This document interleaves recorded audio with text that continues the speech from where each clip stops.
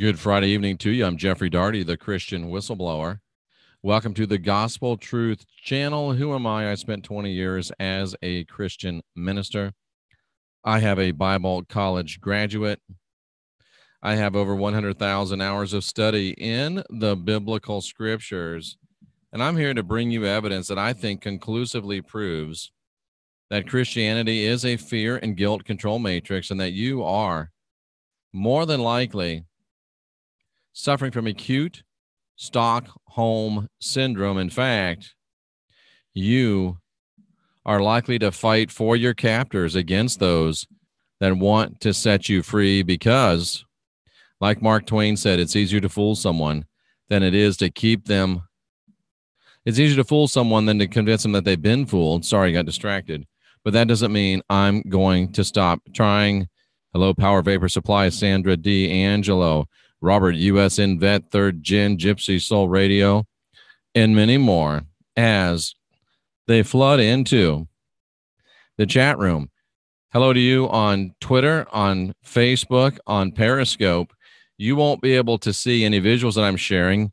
You won't be able to partake in the chat, but I'm so glad that you're here. If you would like to participate in that which you are so unfortunately missing, I invite you to go over to Jeffrey Daugherty Show on YouTube. Jeff Daugherty Show, I believe it is. Christian Whistleblower. Kentucky's in the house. Massachusetts in the house. That's all I know for sure. And I'm here, of course, in Clearwater, Florida. Friday night, the Hook Man legend. You've all heard of the Hook Man legend. You've all read it. You've all heard it. You've all seen it displayed or depicted on television screens, movie screens, in comic books. You know the story. But what I want to talk about today is some of the history of the story, some of the details of the story, Kansas, and the genesis, Canada, and the source of the story. Now, let's talk about it. Let's think about it. Let's ponder it. And let's see if we can get to the bottom, Virginia, of a very interesting scenario, I think. The Hook, or the Hook Man, is, of course, an urban legend. And I prepared this for you. I think it's kind of spiffy. I'll show it to you. It's an urban legend that involves an escaped, crazed criminal with a hook for a hand, a car usually with teenagers making out, the side of a road, and bad things happening. We'll go into it in more detail. If you don't remember the true or the whole story, don't worry about that. But at any rate, the story goes as such. It's an urban legend about a killer who has only a hook for a hand and how he attacks a couple in a parked car. Now, this story traces back to about the 1950s. And it really took off when in 1960, believe it or not, in 1960, it was published in the Dear Abby column. I don't know if you remember Dear Abby, but Dear Abby is an advice column founded in 1956 by Pauline Phillips. She used a pen name, Abigail Van Buren, and is carried on today by her daughter, Jean Phillips, who does own the legal rights to the pen name. And Dear Abby is so popular that she actually got her own star on the Walk of Fame. And not only, I saw it always in the newspaper, but it's also a television, or excuse me, a radio show. So there you go. And of course, Ann Landers, or Ask Ann Landers, that was her twin sister, Epi. How about that? Very interesting stuff. But that's where it first started. And in 1960, this was written in to Dear Abby. Dear Abby, if you're interested in teenagers, you'll print this story. Now, I don't know whether it's true or not, but it doesn't matter because it served its purpose for me. Here's the story. A fellow and his date pulled into their favorite lover's lane to listen to the radio and do a little necking, making out, mashing, whatever you want to call it. The devil's business. And that really gets to the point. The music was interrupted by an announcer who said there had been an escaped convict in the area who had served time for rape and robbery. He was described as having a hook instead of a right hand. The couple became very frightened and drove away. When the boy took his girl home, he went around to open the car door for her, and then he saw it, a hook on the door handle. I will never part to make out. As long as I live, I hope this does the same for other kids. Written by, signed, Jeanette. Oh, my. So that's the story, and it became a morality archetype in popular culture. It's been in a lot of movies, a lot of books, a lot of horror films. You know, the radio plays are making out. There's a few different versions. Number one, the version from Dear Abby, they leave quickly, find the hook on the door. They hear scraping. The couple spots the killer, runs away. And another one, the dude gets out, he gets killed. The girl hears the killer banging his head on the roof. Another one, the dude comes back, sees the girl killed with a hook. Nobody really knows where the legend came from, but the story did begin to circulate, as I said, in the 1950s, and had become widespread among teenagers in the 50s and the 60s. And the plot dynamics are traced back to Victorian literature in the opinion of Christopher Pittard, who wrote a book, The Lodger, or who wrote a book, American Urban Legends and Their Meanings. Many people believe that the hook is a phallic symbol and its amputation is a symbolic castration. Some people think it's a conflict between representatives of normal people who follow the rules and those who don't. Here's what I think, ladies and gentlemen. Here's what I think is the bottom line to it. And it was revealed in the Dear Abby story, sort of. I will never part to make out again as long as I live, and I hope it does the same for other kids.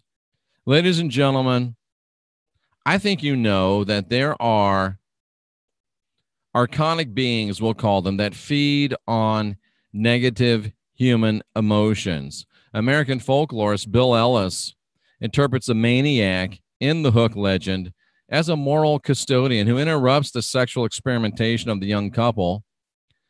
And he thinks that it's the Hook man's lack of his own sexuality, and the threat of the Hook man is not the normal sex drive of teenagers, but the normal drive of some adults to keep them apart. Well, what I think is happening here is that Christianity, Roman Christianity, Jeff, are you really going to blame the Hook man on Roman Christianity? Yes, I am, and listen why. You would think that, it's about Christians trying to tell kids not to make out. It's really not. I remember Jimmy Swaggart once told me the best way to get people to do something is to make a rule against it. So there are archonic beings that feed on negative human emotions, and there are archonic beings that feed on lust. So if you want to get kids involved in lustful activities so you can eat lust, then this could be seen as reversing that or interrupting that. But ladies and gentlemen, if you're one of the archonic entities that feeds on negative human emotions, why stop at one when you can have three? Jeff, what are you talking about? I'm talking about this. When we can, yes, the Christian God was lustful. He raped a little girl, allegedly. It's one thing to rape a girl. It's another thing to tell everybody you raped one and really didn't, because you don't even have the manhood to do it. Yahweh, the Lord, Jehovah, says that he raped Mary and impregnated her with Jesus.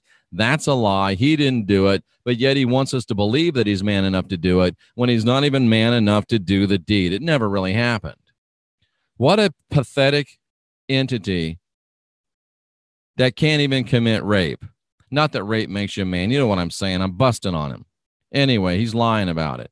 Never happened, but we all have believed it happened until the Christian whistleblower came along and told you it didn't. At any rate, I don't want to get sidetracked. When you put this story out for public consumption, and when you have kids who, let's face it, ladies and gentlemen, as long as there's boys and girls, and in some case, girls and girls and boys, we know that. But as long as there's young people that are attracted to one another, as long as there's birds, and as long as there's bees, there's going to be some making out. There's going to be some kissing. There's going to be some of that business going on. So there's always going to be the emotion of lust available for these archonic entities to feed on. That's not a problem. But why have one emotion when you can have three? Because when you put this story out there, now you get the intoxicating cocktail of fear. We're afraid. You get the intoxicating cocktail of fear and guilt. Oh, we feel so guilty because we're making out and we shouldn't be.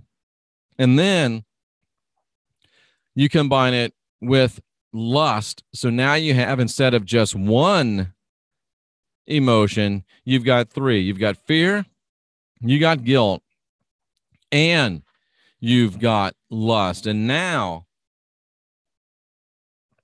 the entities behind dead guy Jesus on a stick, the entities behind dead guy stick in the Protestant churches, the entities that feed on fear, that feed on guilt, that feed on lust, it's 3 for 1. And guess what? Why feed on one emotion when you can feed on 3? Because everybody knows 1 is good, but 3, finger licking good. So that's why you've got this story. And you've got this story linked with sexuality. And you've got this story linked with young sexuality and kissing and hugging and petting and, you know, that business. You've got it linked to promote fear. You've got it linked to promote guilt. And you've got it linked to hook up with the always present, the ubiquitous lust. No, I'm not Unplugged Matrix. This is my show. Let me say what I mean. And then you'll know that I really mean it. And you won't have to guess. The Hook Man. Did you know that it went so deep? I don't think you did. Did you know that it was this creepy? I don't think that you did. Yes, the creepy archonic entities of Roman religion reaching even into urban legend. I'm Jeffrey Darty, the Christian whistleblower. I will never leave any stone unturned. We're turning over the rocks to expose the bugs of Christianity. I'm turning on the light, shining light into the dark corners of orthodoxy, and watching the roaches run. Jeffrey Darty, the Christian whistleblower, the exterminator. Here we go. And we're just getting started. Turn on the light. Shine light in the dark corners of orthodoxy. Guide your own spirit. Master your own ascension. Be your own guru. Ask questions. Question answers. You are the gospel truth army. March on fearlessly as you unindoctrinate yourself.